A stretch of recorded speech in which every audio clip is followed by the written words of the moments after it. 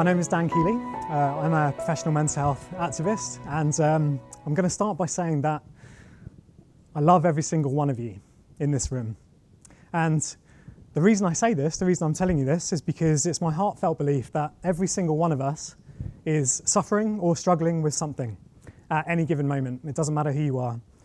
And the reason I believe this to my core is because of the mental adventure that my mind has taken me on over the past 7 years.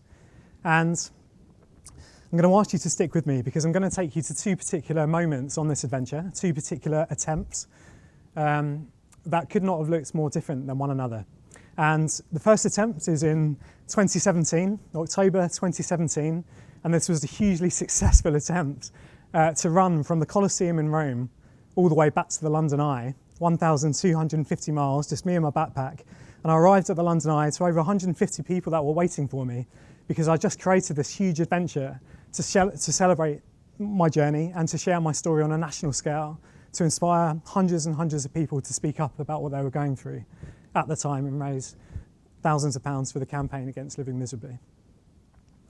The second failed attempt was 5 years earlier in 2012, where I got dressed and I went to grab the car keys because I wanted to drive 117 miles around the M25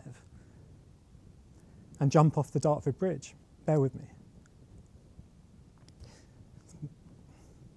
Now, had it have not been for my wife, Georgina, hiding those car keys and a critical talking session that same afternoon, I would not be in this room talking to you now.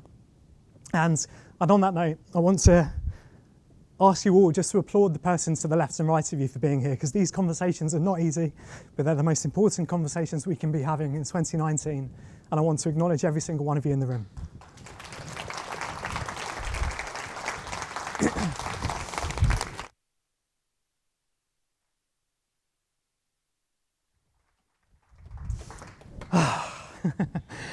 All right, so to skim through the full story, up until 2012, I was always passionate about three things: the power of sport to bring people together, the power of creativity, and social impact. I wanted always to play my part to make the world a better place. In January 2012, I got offered this incredible position as a community manager for a non-profit, a snow sports charity that changes the lives of underprivileged inner city young people by taking them away from the inner city environment and out to the mountains. So just before I started there, I qualified as an alpine skiing instructor.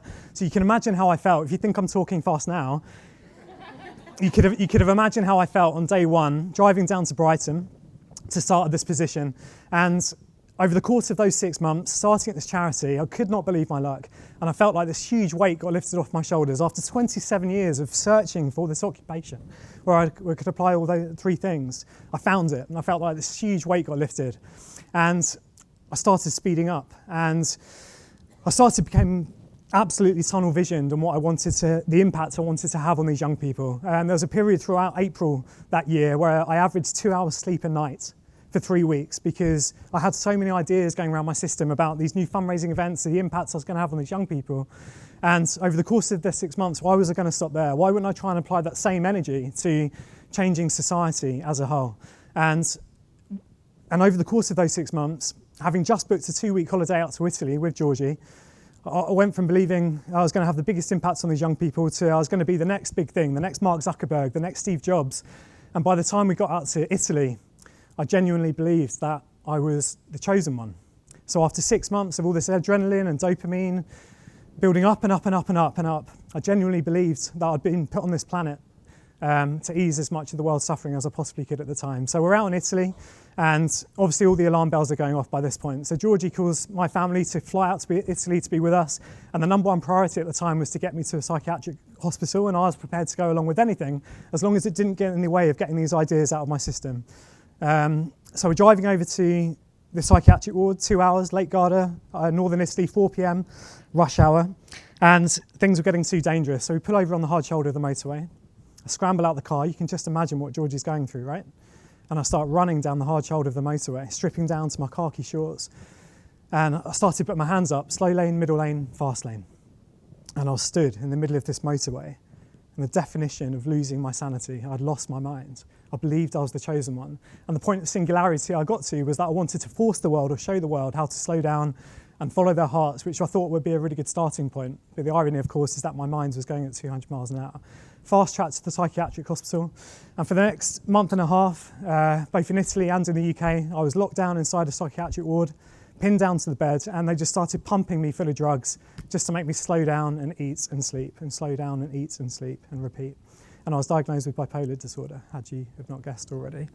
So I was discharged, and obviously if you're going to go that high, you're going to come down with a massive bang, and my bang lasted 6 months, and it was crippling. I was debilitated, and I was bedbound, and the curtains were closed for those 6 months. I was disconnected, I was embarrassed, and ultimately I went from having 100% conviction in every one of my ideas, every word that was leaving my lips. I had so much conviction in everything that I wanted to deliver. And there I was, what felt like a split second later, with that same amount of energy that I was pumping out into the world, pushing me and pushing me and pushing me further and further down into the bed, because I had zero conviction in myself, my ideas, any word that was leaving my lips. I couldn't trust a single thought. I was debilitated. And the thought of walking 2 meters to brush my teeth was excruciating. It was tough, really tough. And, I revisit that whole chapter now and I think, did I really want my life to end? And 1% of me didn't. 1% of me had that glimmer of hope. But the problem is that 99% of me just wanted this pain to end. And I could not see another way out. I couldn't think of another option to stop this pain that I was waking up to every day. This does turn into a positive story, obviously. So I'll come back to the love and support that I was lucky enough to glean at that time. But through a number of different things that happened, I committed to myself that I did want to be happy again. So it's January 2013, and I decided to strip my life back to the bare essentials and completely start again, bearing in mind that I couldn't make the simplest of choices. I had to completely start again. Both my mental clutter, physical possessions, anything which was getting in the way of the most important things in life, health, relationships, passions, growth, being in service to other people, being in this room with you now. And so I just started speaking openly about my journey. I was back at work, I was exercising again, and I just started speaking openly about what I'd been through. And 3 incredible things started to happen. I felt lighter every time I spoke up about what I'd been through. I built an even greater support network around me, my dream team, many of you in this room included. And the most incredible thing was that 9 times out of 10, it would give permission for the other person to speak up about what they were going through. It was as simple as that. And I thought, this is huge. And it reiterated, it planted that seed that every one of us has something going on at any given moment.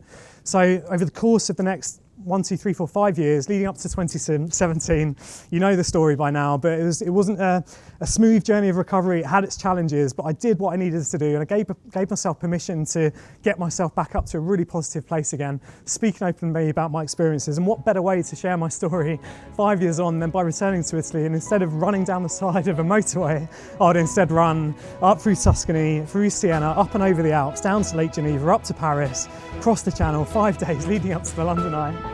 Should we get a whoop or something?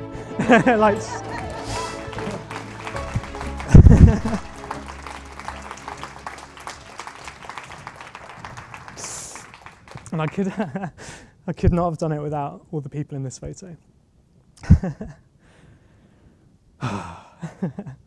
So that was the end of 2017, and of course it kick-started my career as a mental health activist. And since then, my motivation and beliefs to do what I do and to collaborate and to be in this room with you now have never been greater. In 2018, we've just had the stats, 6,500 registered suicides in the UK in 2018. And so I couldn't be more committed to doing what I do. I couldn't be more committed to supporting Minds at Work and everything we're setting out to achieve. And throughout this journey, whether I'm speaking to businesses, to schools, to universities, or out there in the community, I believe it comes down to 3 simple things that are perhaps lacking with those that are suffering or those that unfortunately aren't with us anymore. And I think it's these 3 things: a lack of courage, a lack of support, and a lack of safe space to speak up about what we're going through. And I'm looking around this room, and I know some of you, many of you, are absolutely committed to creating these supportive, safe spaces within your working environments. And collectively, of course, being in this room right now, and so many of you leaders are leading from the front and boosting each other's courage collectively to speak up about what we're going through.